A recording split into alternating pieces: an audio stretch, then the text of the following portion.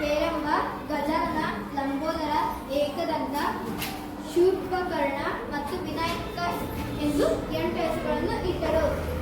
ಗಣೇಶನು ವಿವಿಧ ಅವತಾರಗಳು ಮತ್ತು ಅವರ ನಾಶ ಮಾಡಿದ ಅಸುರರು. ವಕ್ರತುಂಡ ಅವತಾರದಲ್ಲಿ ಗಣೇಶನು ಮಸ್ತರವನ್ನು ನಾಶ ಮಾಡಿದನು. ಏಕದಂತ ಅವತಾರದಲ್ಲಿ ಗಣೇಶನು ಮದ ರಾಕ್ಷಸನನ್ನು ನಾಶ ಮಾಡಿದನು. ಮಹೋದರ ರಾಕ್ಷಸನನ್ನು ನಾಶ ಮಾಡಿದನು. ಗಜಾನನ ಅವತಾರದಲ್ಲಿ ಲೋಭ ಎಂಬ ರಾಕ್ಷಸನನ್ನು ನಾಶ ಮಾಡಿದನು. ಲಂಬೋದರ ಅವತಾರದಲ್ಲಿ ಕ್ರೋಧ ಎಂಬ ರಾಕ್ಷಸನನ್ನು ನಾಶ ಮಾಡಿದನು. ವಿಕಟ ಅವತಾರದಲ್ಲಿ